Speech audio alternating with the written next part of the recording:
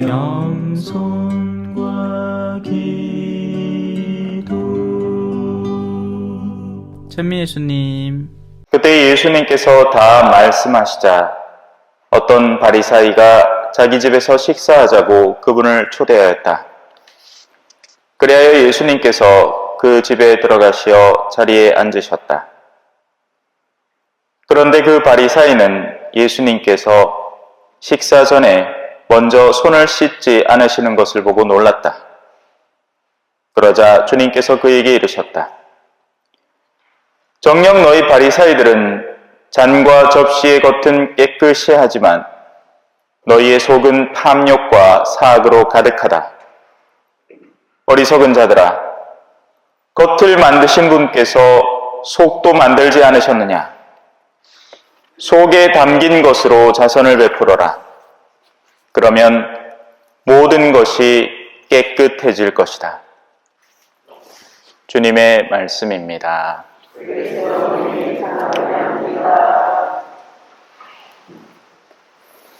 찬미 예수님.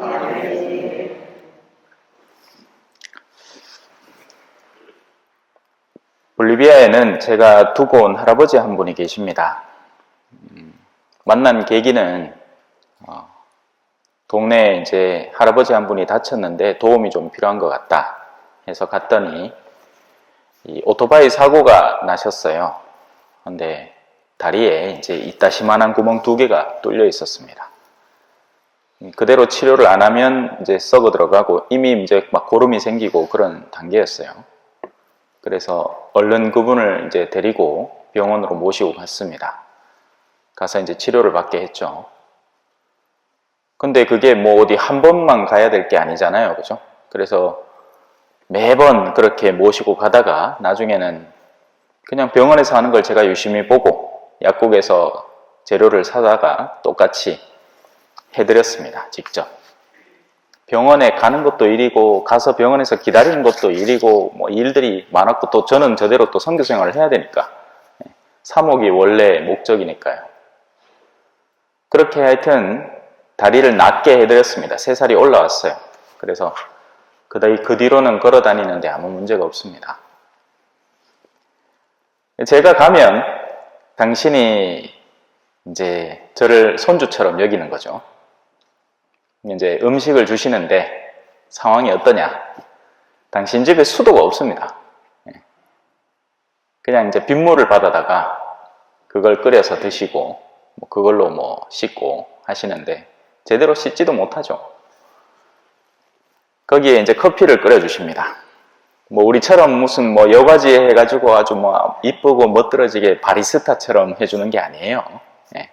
커피 가루를 그냥 그대로 넣어서 먹다 보면 잘못 마시면 밑에 커피가루까지 묻고 막 입이 텁텁하게 막 체험하고 싶으면 원두 갈아갖고 그 가루 한번 씹어 보십시오. 그러면 그 맛입니다. 빵은 천장에 달아놨어요.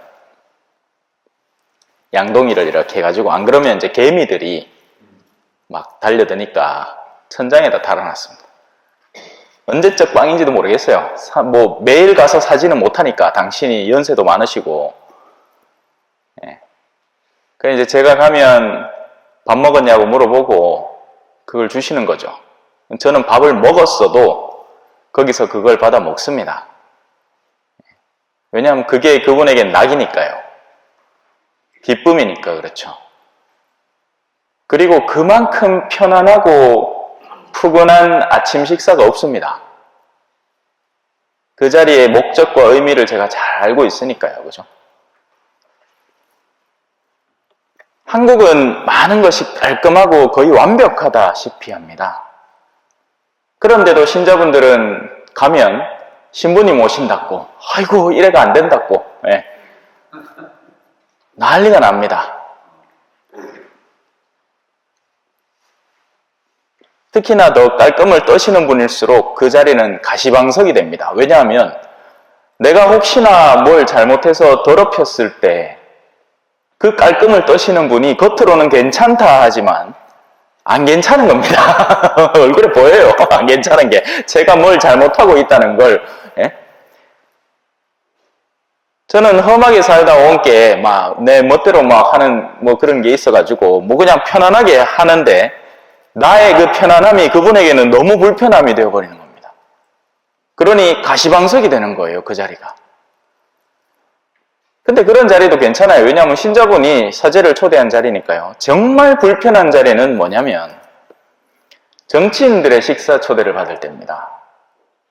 이건 가기도 싫고 근데 또 가야 되는 목적들이 생기죠. 예를 들어 제가 뭐 어디 기관에 소속돼 있으면 기관에 그 장인 신부님이 가면 따라가야 되니까 뭐 안 간다고 할 수 없잖아요. 그죠? 그래서 어쩔 수 없이 동행하긴 하는데 그런 자리 가면 음식이 뭐 코로 들어가는지 귀로 들어가는지 모르겠어요. 예. 그 대화 자체도 불편하고 예. 목적이 뚜렷하죠. 우리를 정말 무슨 존경을 하고 사제로서 사랑해서 전혀 그렇지 않습니다. 그죠? 정치적인 목적이 뚜렷합니다. 우리를 통해서 자신의 이득을 보려는 사람들이죠.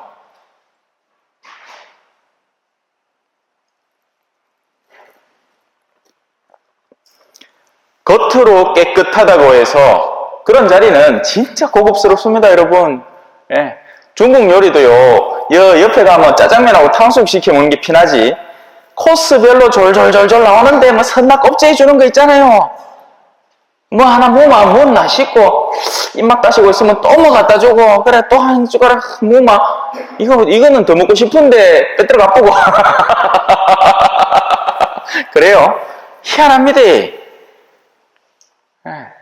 이건 좀 맛있다 싶으면 또, 그것도 배 다 부르면 그제서야 이제 제일 맛있는 거 주죠. 짜장면. 제일 마지막에 요만한 그릇에 주잖아요. 그죠? 네. 그렇습니다. 무슨 얘기를 하고 싶으냐?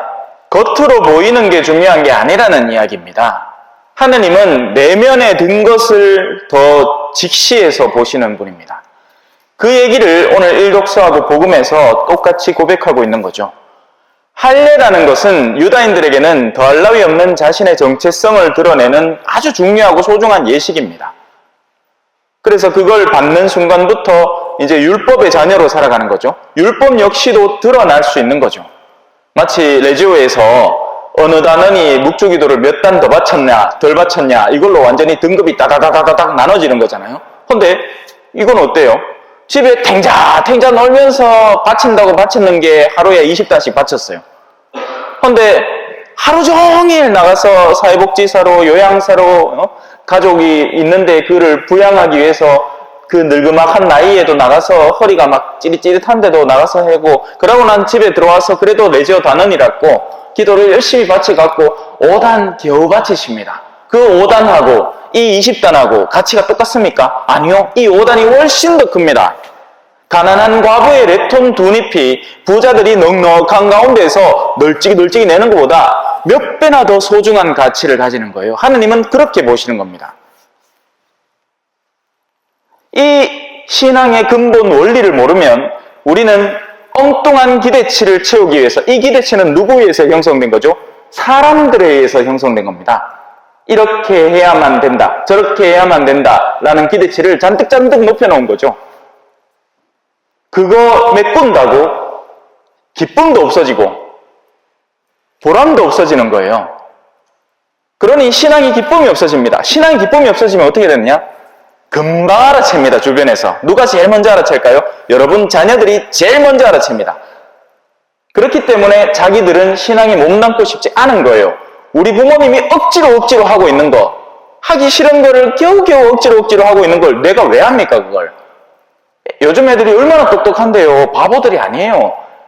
걔들이 뭐 우리가 흔히 말하듯이 우리 아는 와 신앙심이 없는지 몰라요. 아니요, 신앙심이 없는 게 아니라 지혜로운 겁니다.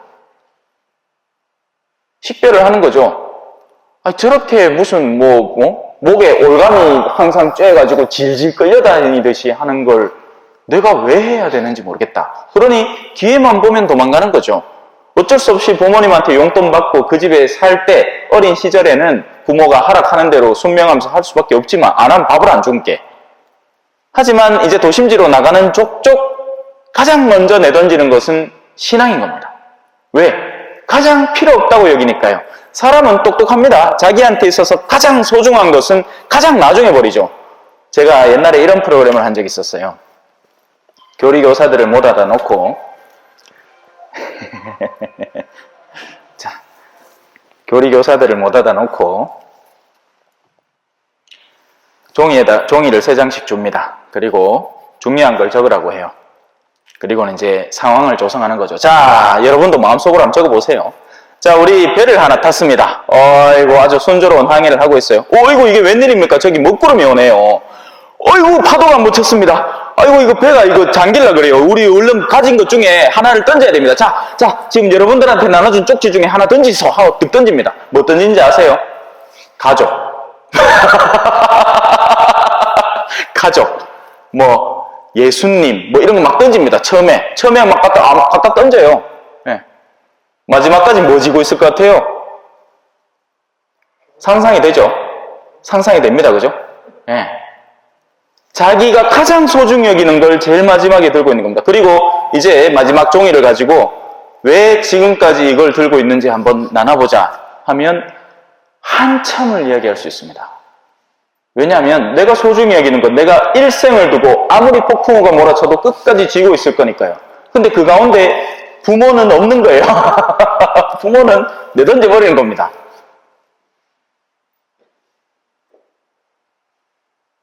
어릴 때나 엄마가 좋아, 아빠가 좋아, 하면 엄마! 뭐 하고 하지. 나중에 되면 어머니, 지금 저한테 그런 거 물으실 때가 아니잖아요. 지금 여행 가실 준비하셔야죠. 이렇게 되는 겁니다.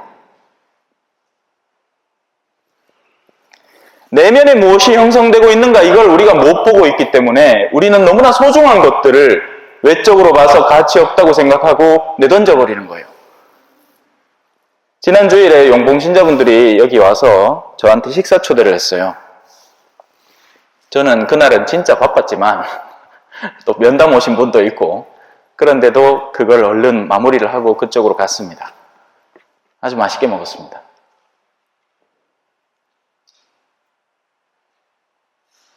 어디에 우선순위를 두면서 살 것인가?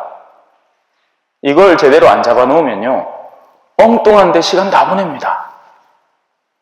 우리의 시간은 한정되어 있거든요. 우리의 시간이야말로 가장 큰 보물 아닙니까? 돈을 왜 벌려고 해요? 우리의 남은 생을 가치 있게 보내려고 하는 거잖아요. 그런데 정작 그 시간 자체가 없어져 버리면 어쩔 겁니까? 무슨 의미예요? 그런데 이미 우리가 갖고 있는 이 시간을 무엇을 위해서 쓸 것인가? 우리는 사실 크게 고민하지 않습니다. 그래서 헛된 시간들을 많이 보내죠. 그리고 나서 돌아서 이제 찾으려고 하면 없는 겁니다. 성공이라는 가치는 언뜻 가장 좋은 가치처럼 보이지만 우리는 일용할 양식을 감사하면서 사는 삶이 더 소중한 삶인 거예요. 그래서 이 바리사이들은 예수님을 초대해 놓고도 그 예수님이 손을 씻나 안 씻나 그거 쳐다보고 있는 겁니다. 예수님이 누군지도 모르는 거죠. 자기 앞에 있는 분이 어떤 가치를 가지고 있는지도 전혀 알지 못하는 채 감시와 이 심판의 시선으로 그를 바라본 겁니다.